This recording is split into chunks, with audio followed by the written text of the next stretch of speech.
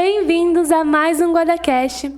Gente, hoje, como a gente teve os últimos episódios aí sobre a campanha da fraternidade, 3 episódios explicando cada parte delas. E hoje eu trouxe aqui o Monsenhor Celso. Tudo bem, Monsenhor? Bom, olá. Olá. Olá a todos que estão nos ouvindo. Eu queria agradecer o convite. Queria agradecer também a audiência de todos. E estamos aqui para ajudar e colaborar um pouco na reflexão. Eu sei que os meus predecessores foram muito felizes nas colocações, então eu pretendo ajudar um pouquinho também. Gente, como vocês viram nos episódios anteriores, né, a gente explicou cada parte da campanha e hoje o Monsenhor veio aqui para fazer um fechamento, né, uma conclusão sobre essa reflexão, aproveitar aí que a gente está entrando na Semana Santa, né, finalizando a Quaresma, então o Monsenhor vai fazer essa conclusão pra gente. E falando de Quaresma, Monsenhor, durante aqui os episódios do podcast, né, a gente falou que a campanha, a gente reflete ela na época da Quaresma, mas ela não é uma campanha só da Quaresma, né, a gente pensa nela ao decorrer do ano. E assim, como que a gente faz para levar essa campanha para o ano todo? A sua pergunta é muito interessante. Por quê? Porque a campanha da fraternidade, ela acontece durante a Quaresma. E a Quaresma é um tempo privilegiado de preparação para a Páscoa e de revisão da nossa vida. A campanha é apenas um estímulo para nós refletirmos sobre nossa adesão à proposta de Jesus Cristo, à proposta do Evangelho. Se nós formos considerar que a campanha de 2021 já falava sobre diálogo, sobre encontro, sobre superação. Então, nós estamos recordando temas que já foram trabalhados há muito tempo. E não foi só a campanha de 2021. Nós temos no histórico da campanha da fraternidade outras campanhas que trataram sobre o assunto. E um aspecto também interessante é que a metodologia da campanha é ver a nossa realidade, iluminar a palavra de Deus e nos desafiar a um tipo de ação, a um tipo de prática. Se a palavra de Deus não muda, então o tema da campanha continua sempre atual. Então, não é apenas durante esses 40 dias, mas é um desafio que nós temos durante toda a nossa vida, de irmos ao encontro dos nossos irmãos, das nossas irmãs, até porque quando Deus nos criou como pessoas e pessoas que se relacionam, que têm uma comunicação. Então, nós temos essa abertura, somos chamados a essa abertura para entrarmos em comunhão com todas as pessoas, independentemente daquilo que elas pensam, daquilo que elas julgam certo ou errado, mas nós nos abrimos ao diálogo. Então, não vejo que a campanha ela tem início, meio e fim. Sim. Pelo contrário, eu acho que a campanha ela é sempre um desafio na nossa vida. Então, superar obstáculos e ir ao encontro do nosso semelhante, dos nossos irmãos. E assim, cada ano uma campanha nova surge e a gente relembra as campanhas anteriores, né? Como o senhor falou do histórico das campanhas. Sim. Então a gente não se trata só daquela naquele ano, mas de todas as outras também, né? Sim, exatamente. Eu sempre sugeri que nós tivéssemos uma espécie de arquivo nas comunidades e que nós colocássemos os nossos banners das campanhas, para que nós nunca esquecêssemos das nossas campanhas. E algumas, eu vou dar um exemplo que nós sentimos aqui no santuário. Nós tivemos uma campanha que trazia à reflexão os problemas enfrentados pelas pessoas com deficiência. E se nós olharmos aqui para o nosso prédio, nós não temos tantas rampas para facilitar a vida das pessoas com deficiência. Então, quer dizer, isso aqui, falar, opa, vocês esqueceram da campanha? Eu falei, não, nós não nos esquecemos da campanha, nós temos presente a campanha ainda e nós queremos ver se esse ano a gente consegue resolver esse problema e colocamos todas as outras rampas que são necessárias.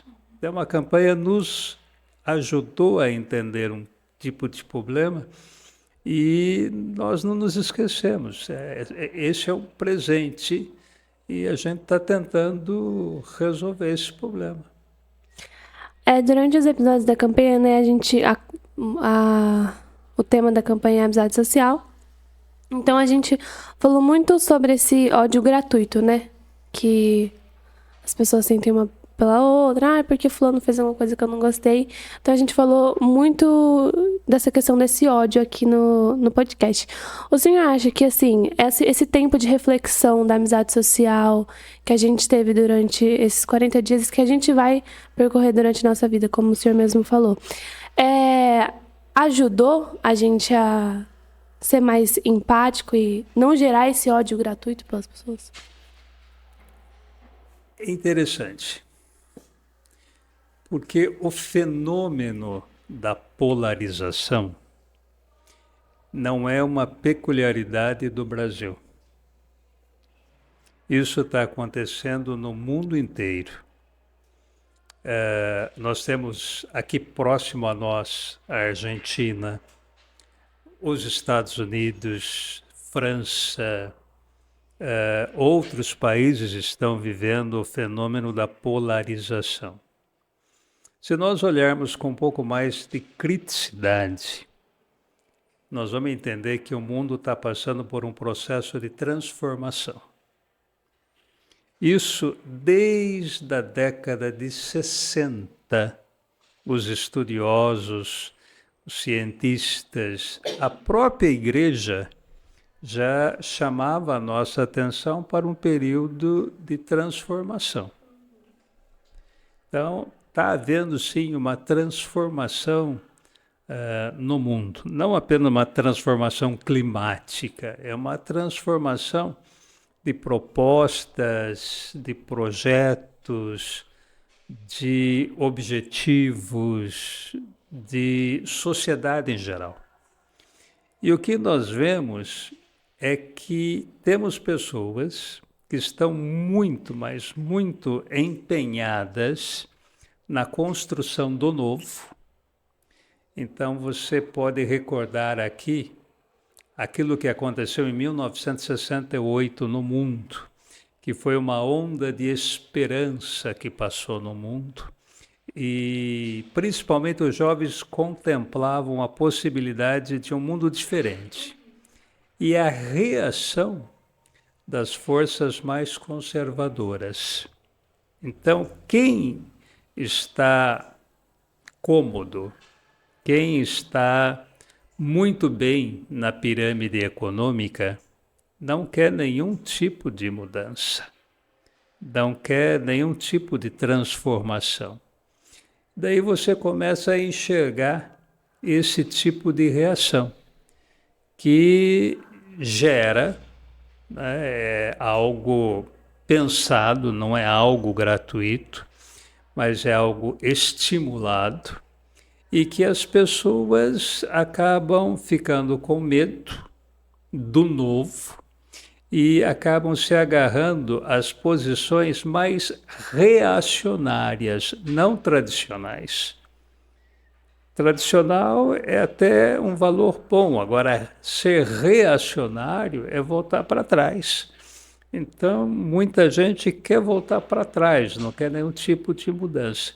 E daí começam as acusações, começam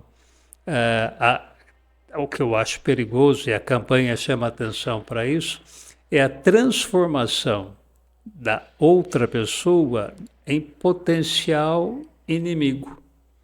Então, o que é o inimigo? O inimigo tem que ser eliminado, o inimigo tem que ser destruído. E a campanha vem, então, ela é um instrumento do próprio Evangelho que vem chamando a atenção. Falou, olha, não é por aí que nós temos que caminhar. Nós não podemos continuar nessa polarização, porque o mal que a gente vai fazer é um mal que atinge a humanidade por inteiro. Exemplo, nós vamos falar do aquecimento da Terra, o problema climático. Não atinge só você, atinge o mundo inteiro. Sim. Nós estamos passando por uma epidemia de dengue aqui no Brasil, que não é só o Brasil. Tem outros países também passando pelo mesmo problema. Não atinge somente uma pessoa, ela atinge a sociedade como um todo. Então, esse tipo de reação não é uma reação, quando nós falamos de polarização, não é algo que me beneficia e vai lhe destruir, é algo que acontece na sociedade como um todo. Sim. Então, todo mundo vai pagar. Todo mundo vai sofrer as consequências desse tipo de polarização. Então, quando a igreja nos chama a atenção, o Evangelho é uma proposta que fala, e aqui lembra do iluminar da campanha, né? Nós somos todos irmãos. Se nós somos irmãos, então nós temos que nos comportar como membros de um mesmo povo. Sim. E nós somos herdeiros do mesmo futuro enquanto povo. E a igreja, então, faz esse pedido de conversão, de voltar ao Evangelho. E esse momento de polarização ele acaba sendo tão forte que o Evangelho acabou sendo colocado em segundo plano. Eu não sei se é verdade ou não, numa situação de tantas fake news, eu não posso dizer se isso aconteceu ou não, mas de algumas igrejas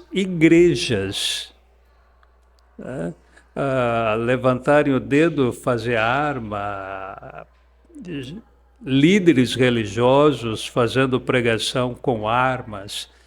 Mas isso é uma afronta à proposta de Jesus Cristo, é uma afronta à proposta do Evangelho. Então, quando fala vamos nos abrir o Evangelho, significa aderir a uma outra proposta, aderir a um outro caminho, né? Construir alguma coisa diferente. E recordar que todos nós somos herdeiros do mesmo futuro. Então, é impossível falar eu estou bem e os outros não estão. Não, nós todos estamos na mesma situação. Eu vou lhe dar um exemplo também para ajudar a entender. É a pessoa que mora em condomínio fechado. Ela mora em condomínio fechado porque ela tem medo de ser assaltada. Então ela falou, estou bem, mas você está bem dentro de uma prisão. Exatamente.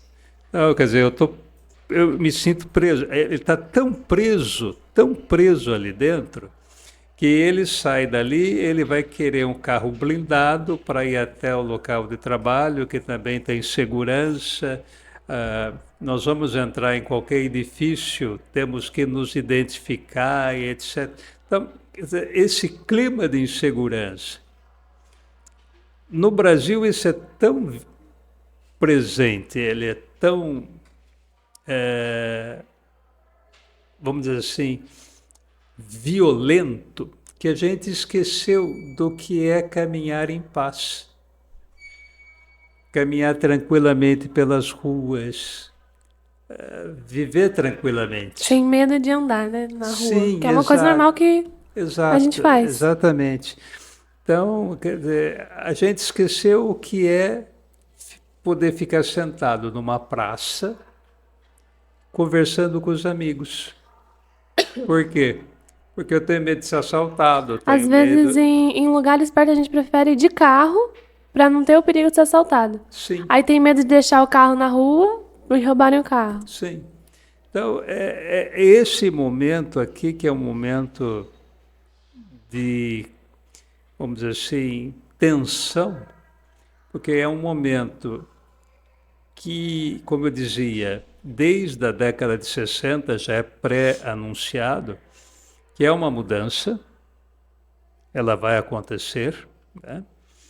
E essa mudança ela pode ser muito benéfica, ela pode ser muito esperançosa, ela pode ser humana, ou ela pode ser simplesmente mais uma etapa que vai continuar gerando medo, vai continuar escravizando, vai ser cheia de injustiças. Então, é um momento agora. E, assim, Monsenhor, com toda certeza, né? A internet, ela agravou muito mais esse problema, né? Na questão do ódio. E, assim, eu acho que, lógico, a internet, ela tá presente na vida de todo mundo, né? Só que, principalmente na mão dos jovens. Então, a rede. Aqui tem duas coisas que a gente tem que considerar. A rede, enquanto possibilidade de comunicação universal, isso é muito bom. Ela transformou o mundo inteiro, que na década de 60 nós chamávamos de aldeia global. Então, hoje, eu estou na minha casa, consigo conversar com alguém que está do outro lado do mundo, consigo fazer um acesso a um país que está do outro lado do mundo. Então, isso é muito positivo. Por um outro lado, a rede, ela não está isenta de pecados, porque as grandes empresas, né, quando se programa alguma coisa, ali nós temos um algoritmo. Esses algoritmos, eles muitas vezes não são isentos de um tipo de ideologia e de proposta. Eu vou lhe dar um exemplo. Nós temos uma determinada rede social que divulga, partilha, ela incentiva tudo aquilo que gera, propiciona, quer ver violência. É um aplicativo e ali tem um algoritmo que faz isso sem a pessoa saber. Então, você está lá compartilhando alguma coisa e esse algoritmo, o sistema, ele está selecionando, está levando, ele está incentivando cada vez mais a violência. Nós temos exemplos em alguns países asiáticos de algumas barbaridades que foram cometidas por causa dessas redes sociais, por causa desses algoritmos que incentivaram a violência. Algumas tribos foram dizimadas por causa de fake news. Então, esse é um lado que a gente tem que considerar, então, que os nossos algoritmos não são tão isentos. Não tem uma veracidade nas informações que a gente recebe, né? Sim, e o outro lado é que me chamou muito a atenção, uma coisa de 15 dias, saiu uma pesquisa que nós temos jovens que nasceram praticamente digitando um celular. E agora estão entrando no mercado de trabalho, não sabem ligar ou desligar um computador. Então são tão conectados às redes, mas não sabem mexer num computador. Porque já é uma coisa antiga, né? Então o que aconteceu? Aconteceu que me chama muito a atenção. Sabe? Quando eu vou no espaço público, um shopping, eu olho, está todo mundo assim olhando para a tela, né? E não enxerga o que está acontecendo ali, na vida. E é incapaz de se sentar na frente da máquina e operar a máquina. Então, o que aconteceu é que a gente está se tornando uma manada conduzida, e aqui eu acho muito bonito até o termo, por especialistas ou influencers que Sim. dão as opiniões chamadas aprofundadas, abalizadas, e são conduzidos a enxergar alguma coisa que não existe. Então, a internet, vamos dizer, as redes, ou aqui a própria internet enquanto possibilidade, ela reflete um pouco o nível de criticidade das pessoas que estão usando a rede.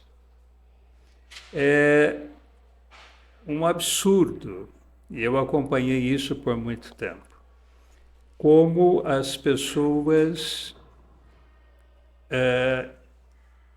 colocam na rede aquilo que é de mais íntimo e depois ficam preocupadas, mas como é que você descobriu? É.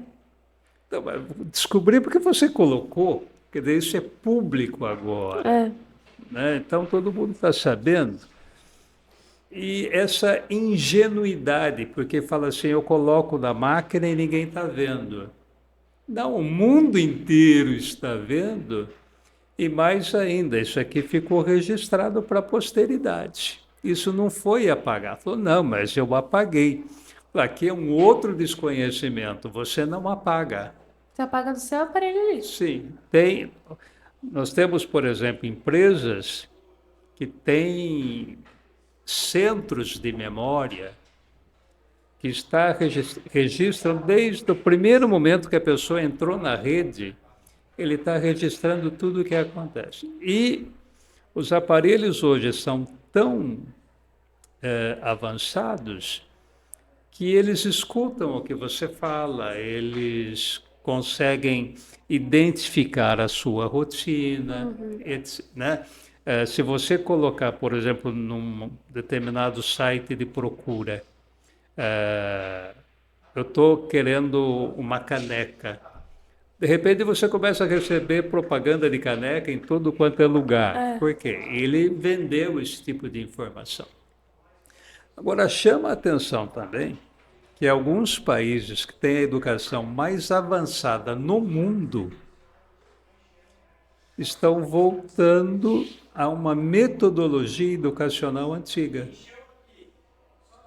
Não permitem mais assim, o uso de tecnologia em sala de aula quando vão estudar. Falou, não, nós vamos ter que estudar, vamos desenvolver um pensamento crítico, depois você pode usar das ferramentas da tecnologia para pesquisa.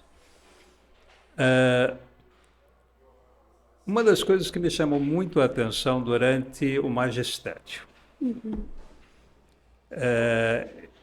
todos os meus ex-alunos tinham celular. Todos. Todos alguns pelo menos, tinham ganhado o celular com 6 anos, 7 anos de idade. Hoje eu vejo crianças até menores com o celular. E sabe fazer as coisas melhores que a gente. Sim, exato. Então, né? Só que dão o celular para as crianças brincarem. Eles não ensinam que aquilo é uma ferramenta potente que pode se transformar numa empresa, por exemplo. Então, as pessoas estão usando a tecnologia hoje de uma forma infantil, creio eu, né? Não estão dando o valor que ela merece. Existe uma falta de criticidade, então, um pensamento crítico em relação a saber se posicionar. E eu acho que esse pensamento crítico é muito fácil, a ausência dele de ser observado pela quantidade de fake news. Nós estamos no século XXI. E ainda existem afirmações com muita convicção que a Terra é plana. Quer dizer, nós abandonamos todo um histórico de humanismo que o mundo passou, toda uma conquista de revoluções que nós fizemos. Todo um estudo, né? E estamos agora achando que o mundo se limita a uma tela e algum tipo de influencer, algum tipo de rede social. Então, e fica fácil você se manifestar. Você está com raiva, coloca lá que você está com raiva de alguma coisa. E essas empresas também não são isentas. Ela pega esse tipo de dado que você colocou ali, multiplica isso aí, e de repente você tem uma onda de ódio. Então, eu me recordo, vai fazer alguns anos, que na cidade de Santos, uma senhora foi assassinada, brutalmente assassinada, porque uma pessoa disse lá na rede que ela sequestrava crianças. Ela nunca fez isso, simplesmente a comunidade se reuniu e falou, e assassinou essa senhora. Achando que era verdade, né? Sem saber a real história. É uma coisa que eu achei interessante que o senhor falou, sobre essa questão dos influencers, né? Óbvio, todas as pessoas têm acesso a isso, mas como eu disse, eu acho que os jovens, principalmente, eles que mais seguem, eles que estão mais por dentro dessa questão de influencers. E eu vejo, assim, eu também nesse nicho, que muitas vezes você, tipo assim, discute com um amigo seu por conta daquilo que aquele influencer falou. Ah, não, mas porque eu acho que tá certo. Ah, não, porque eu acho que tá errado. Ah, mas esse aqui é melhor. Ah, mas esse fala mais verdade. E essa questão também de, você seguiu o que o influencer fala. Quantos influencers aí não falam, ai, gente, essa dieta que eu faço é muito boa.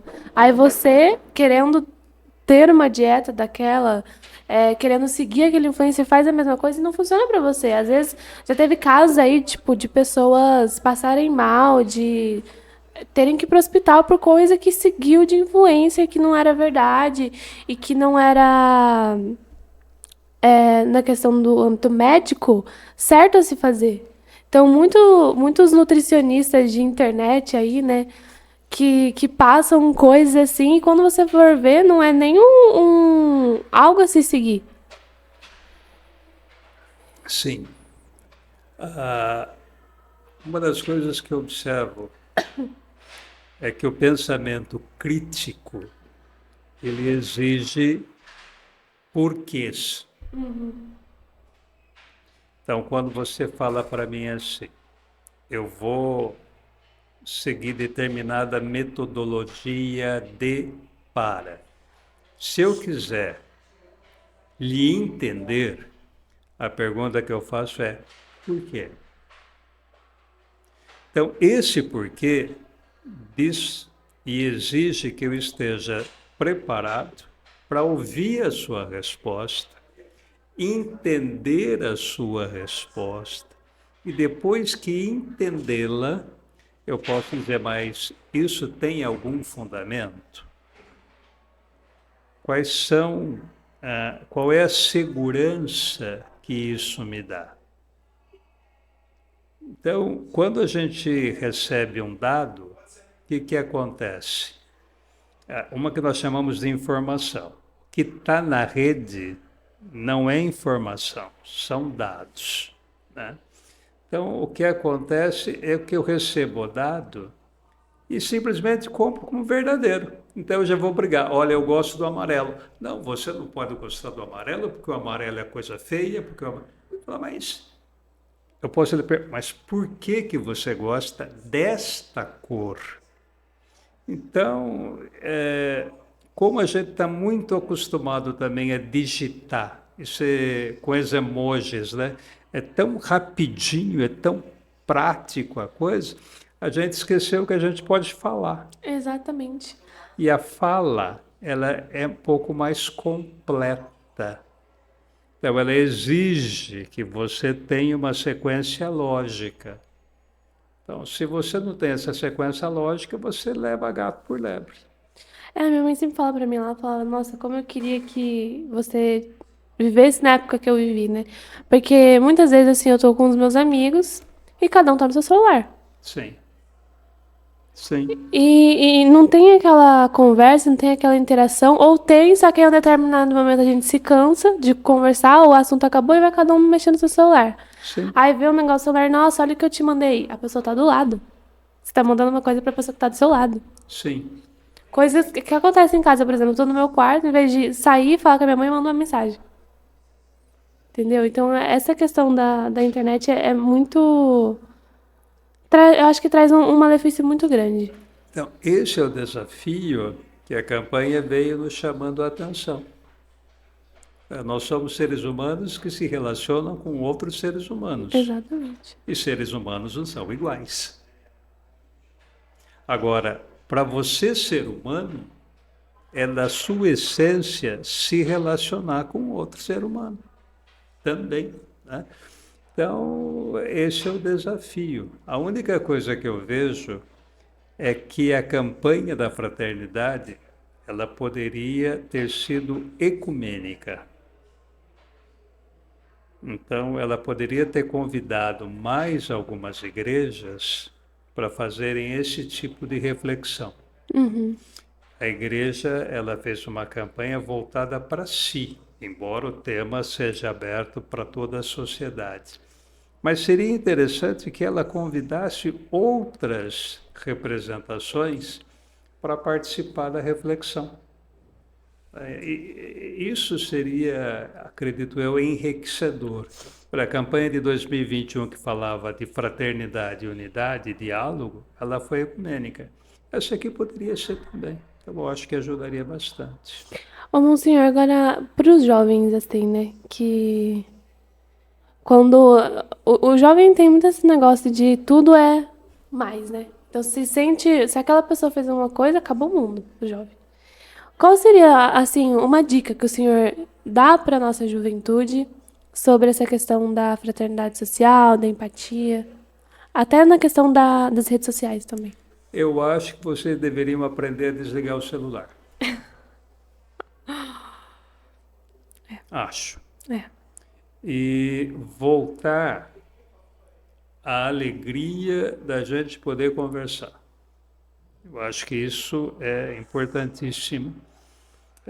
Nós vamos sair, por exemplo. Se nós vamos sair, todo mundo desliga o celular e nós vamos conversar. Eu me recordo que há alguns anos a gente colocava o celular em cima da mesa. O primeiro que atendesse o celular pagaria a conta. Nossa, eu vou começar a fazer isso. Então eu falei assim, olha, não, nós vamos sair para conversar. Se você não quer abandonar o celular, então fique em casa. Conversa com a gente pelo celular. Uma outra coisa que eu acho absurdo é a gente sentar e a primeira coisa, deixa eu tirar uma fotografia do que eu vou comer. E posta na internet. Que absurdo. Então, isso é um aspecto. Segundo, é voltar, eu acho que o processo educacional nosso, ele deve voltar a bater na criticidade, ensinar as pessoas a pensarem. Na questão dos livros, o senhor fala? Voltar a pensar, e o projeto agora que uma parte da classe política está pensando, é de eliminar qualquer possibilidade de ensinar o jovem a pensar.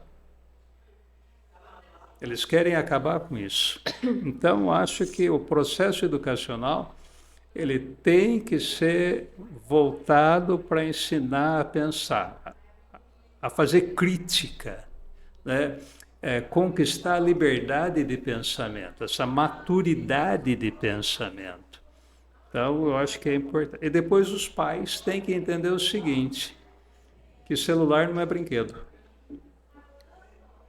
Celular não é brinquedo. Ah, mas a criança está atrapalhada. Escuta, você cresceu sem.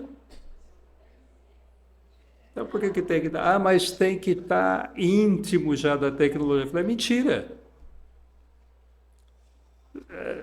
Outro dia eu vi um médico dando uma entrevista e ele perguntou assim para o entrevistador, você daria crack para o seu filho? E o entrevistador disse assim, claro que não. Falou, quando você dá um celular com rede social para o seu filho, você acabou de dar crack para ele. Que viciado. Então, quer dizer, ou a gente começa a entender que a tecnologia é ferramenta e essa ferramenta ela está à sua disposição e não que você é escravo desse sistema como um todo. Então, eu uso da tecnologia quando eu preciso. Agora, eu não posso abandonar a minha inteligência. Sim. Eu não posso jogar fora aquilo que é extremamente importante para mim enquanto ser humano, que é pensar. Porque a tecnologia facilita, né? Hoje em dia, por exemplo, na época da minha mãe, ela fazia trabalho, ela ia na biblioteca, pegava um livro, na enciclopédia, né? É. E lia. Hoje não. Hoje eu quero saber alguma coisa, eu vou lá no Google, pesquiso, pronto. Copio e colo meu trabalho, a maioria das vezes. Agora com o GPT, Nossa! piorou. Quantas redações? Piorou. Certo? Então, em vez dele usar, isso aqui são bancos de dados. Quando a gente trabalha com banco de dados e colhe o que é necessário, e pensa e produz, então nós não somos mais produtores intelectuais, nós somos consumidores de dados. Sim. Então, é uma geração que não está produzindo mais, é uma geração que consome dados. Falou, né, eu consumo informação. Não, você não consome informações, você simplesmente bebe dados, responde dados, vomita dados. E acha que aquilo é informação. E acha que está na crista da onda. Não, você não está na crista da onda. Eu penso um pouco isso. Ô, Monsenhor, voltando um pouco naquilo que a gente estava falando do começo, né? O lema da campanha é Vós sois todos irmãos, né? Como que esse versículo do Evangelho cabe no nosso momento real e atual aqui de hoje em dia? Eu fiquei muito satisfeito quando a comunidade ela se organizou em grupos de reflexão, discutiu a campanha, refletiu sobre a campanha, ela estudou o tema. Então, eu acho que houve assim uma assimilação. A campanha aqui, ela produziu muito positivamente o que ela queria. Então, esse foi um aspecto que eu vejo assim, fiquei muito feliz de ver. Se outras avançaram também, eu não sei. Mas aqui eu posso falar que houve realmente a comunidade deu uns passos muito bons. E isso, ela é uma sequência de uma caminhada pastoral. Então, não começou agora. ela é uma caminhada pastoral. E o ano que vem a gente vai voltar, vai aprofundar mais um pouco, vai conhecendo mais um pouco, vai entendendo mais um pouco. Então a gente vai adquirindo uma maturidade humana e também a gente vai trabalhando o nosso processo de espiritualização. Então a gente está trabalhando a nossa espiritualidade. Eu acho isso muito importante. Acho que isso encaixa na outra questão que eu ia fazer para o senhor, dos movimentos que a gente fez aqui dentro da igreja durante essa campanha, né? O que o senhor acha, assim, tanto quanto você, quanto as pessoas do nosso santuário, da nossa comunidade, levou como aprendizado sobre essa campanha? Aqui é meio difícil, porque depende um pouco de como cada um se aproximou da palavra de Deus. Cada um tem uma caminhada, né? Vamos respeitar o outro, etc. Então, cada um tem uma caminhada. Eu vejo assim, conforme as pessoas foram se abrindo à palavra de Deus e foram se deixando iluminar pela palavra, então, quais foram os passos? Eu acredito que todo mundo deu o seu passo. Agora, uns avançaram mais, outros não avançaram tanto, mas deram alguns passos. Exemplo, alguns se recusavam a discutir determinados problemas. Esse ano, por exemplo, nós temos eleições aqui, Sim. né, no Brasil. Então, alguns se recusavam a discutir temas políticos. Hoje, eu já observo que alguns segmentos da comunidade avançaram e já discutem com maturidade, respeito. Então, eu vejo que eles deram alguns passos. Então, isso é muito positivo. Muito bom, né? Bom, senhor, é isso. Eu não sei se o senhor tem alguma mensagem para passar para o pessoal de casa, sobre a campanha, alguma coisa. Eu agradeço e espero que o processo do podcast avance muito. Amém. Eu acredito muito e sempre estou incentivando. Se dependesse de mim, eu ajudaria mais ainda para que vocês tivessem mais condições, porque eu acho que vocês podem trazer mais gente aqui que pode ajudar a refletir, podem ajudar a entender as coisas, aumentar esse pensamento crítico.